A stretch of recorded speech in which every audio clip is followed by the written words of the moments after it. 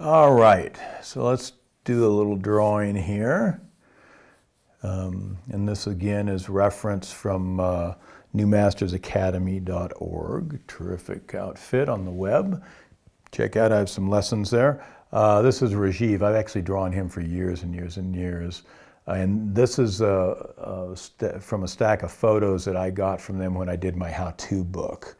I used the reference that they gave me for that. And this is one I don't think ended up in the book, but it's a lovely reference. So I'm going to sketch this as we go. And as I've been suggesting from time to time in my videos here, I'm going to try and relax my breath here. And actually, let's just do that for a second.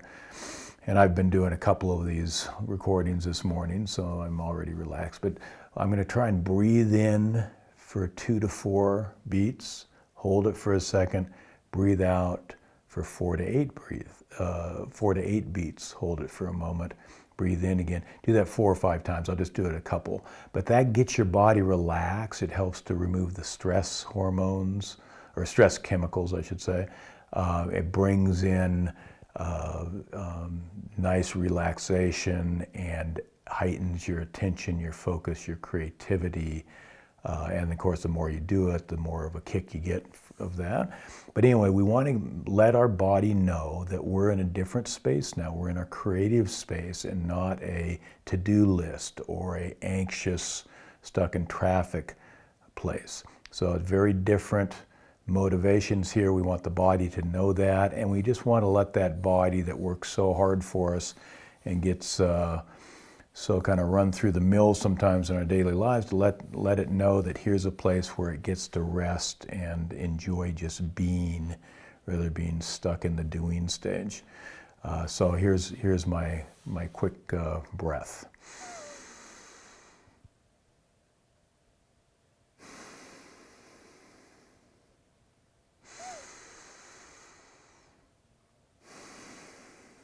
Okay, so do that if you just make a habit of it. Letting your body know.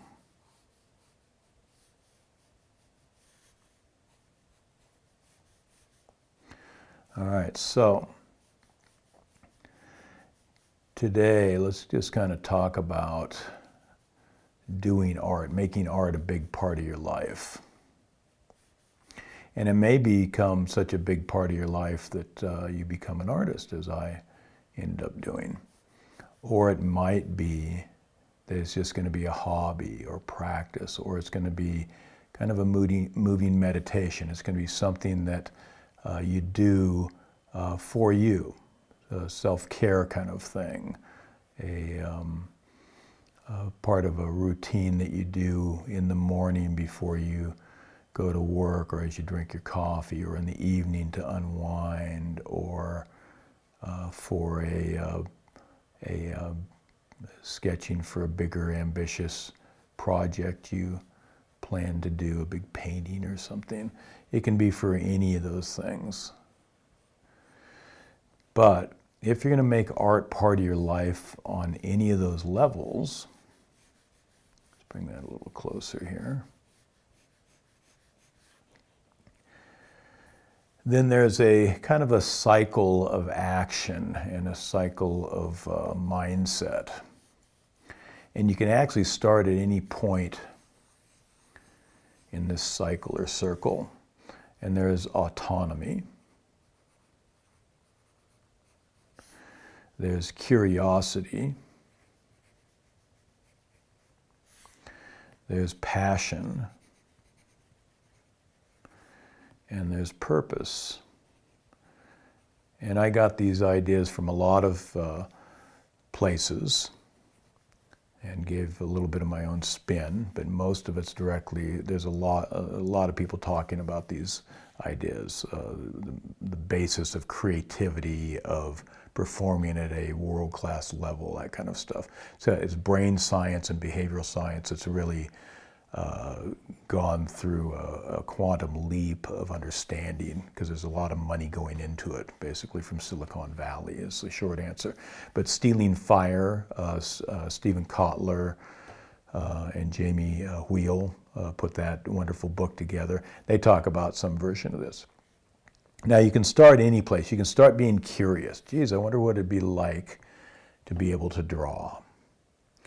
Or you can just, I've always had a passion for drawing, and I really want to now nurture that. Or I've got more time on my hands now because I'm going to retire, or because I'm not working 80 hours a week, I'm taking weekends off. And with that free time, I get to, rather than being told what to do at work or school, I get to do exactly what I want to do. Or it might be that you just know the purpose in your life is to do art, bring beauty into the world. My purpose right now, it's been for a lot of years to do art, try and bring some beauty in the world, but also at this point, my purpose is to get more artists in the world. And so that's the reason I'm teaching at this point in life, is I'm 61, and I've put in a lot of time alone in the studio, and I've taught throughout that. But now I'm on a mission to get more people to become creative, to be artists. I think we need more artists, and I think, frankly, a little fewer warriors. So I want to balance it instead of having societies that are nurturing the warrior, and there's a place for defending yourself and defending what you believe. But there's also another choice. You don't always have to go to war. Sometimes you can look for a more creative choice. And when I looked up a while back the root, the etymology of war, it's to confuse, to disconnect, to separate. Art is, its root meaning is to connect. So I want to foster more connections in the world. So this is a way to help build this circle, this wheel, is a way to bring more art in your life, and maybe decide to actually be the artist on whatever level. So you need to be able to have time set aside where you can do exactly what you want to do to foster your passion or purpose. Or you might just be curious, you know? This art thing, there's a lot of stuff on YouTube now, and a lot of it's free. Maybe I just want to go ahead and give it a shot. I've always wanted to be creative, but I was told in school that I wasn't, or whatever the scenario is. I'm curious. But curiosity, autonomy leads to time to play, gives you time to pursue, play.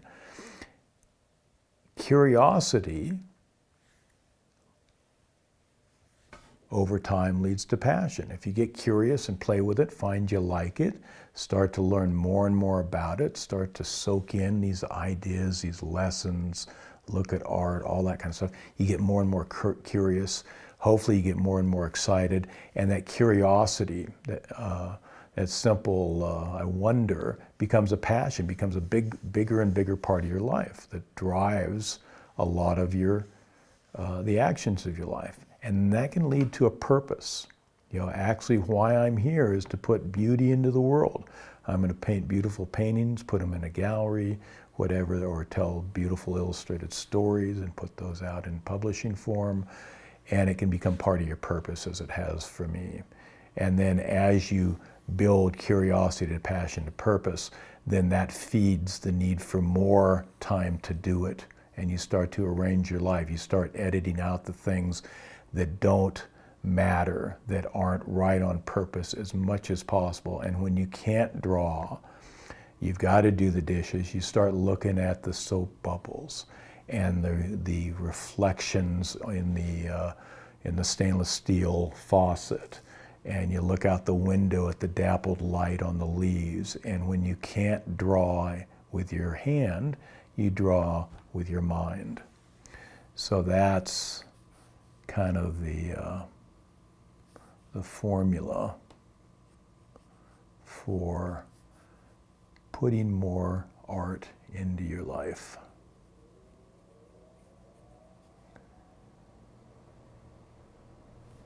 And we're finding now, through study of this, and the smart companies, and oftentimes the newer companies, like the Apple, the Google, Patagonia, relatively new companies, they're building in what they call flex time, where you can have more time to yourself. You can work from home, gives you more autonomy. They will give Google 3M is famous for their, I forget the name of it, but it's 20% playtime.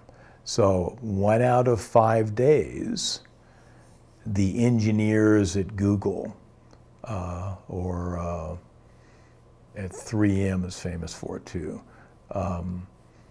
are allowed to just play. They can pursue any creative idea they want for 20% of the time. They find by doing this that their employees are as much as 600% more efficient in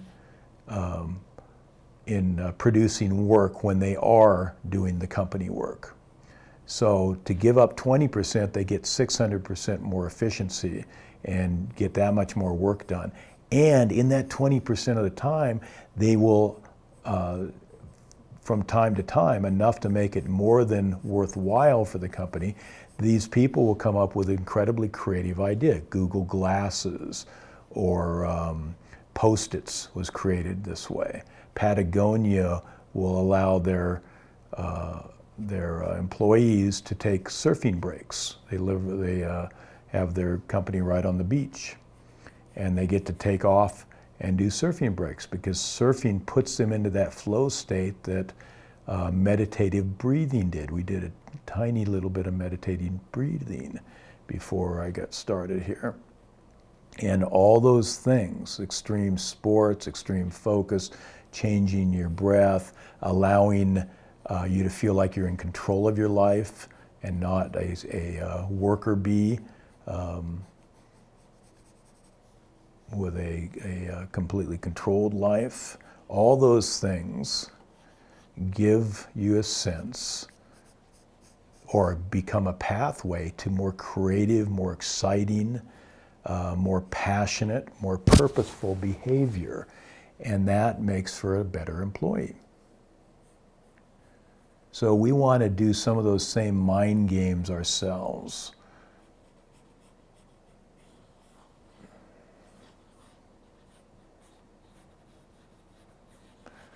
And just play.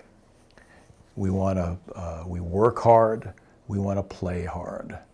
And we're going to find that play can be incredibly productive. If you allow yourself to play a little bit more, you're not going to be as stressed at work or as stressed as around your family. You're going to be more pleasant to be with and a better, more productive employee, whatever your job is. And so our life in general can, no promises, but can get a little easier, and sometimes a lot easier, if we can bring in that creativity and that playfulness and purposefulness, doing things that we really want to do. And then we start to take a little more control over our lives, and maybe we edit out some of the things that are kind of nice to do, but aren't purposeful, aren't in line with our big picture.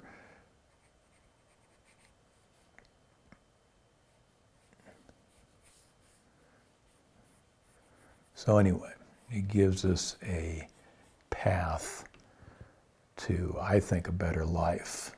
Hugely better, a little better, better is better. So we'll take what we can get there. And frankly, this is one of those kind of win-win cliche statements. I mean, doing art, bringing in a little more beauty into the world.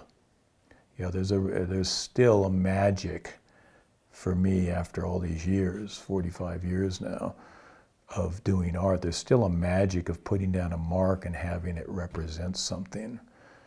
This beautiful alignment of these little abstract statements on the page that add up into something that's really powerful and interesting and, at the best of times, meaningful. What could be better than that? All right, so let's stop there, and we will see you next time. Thanks for listening.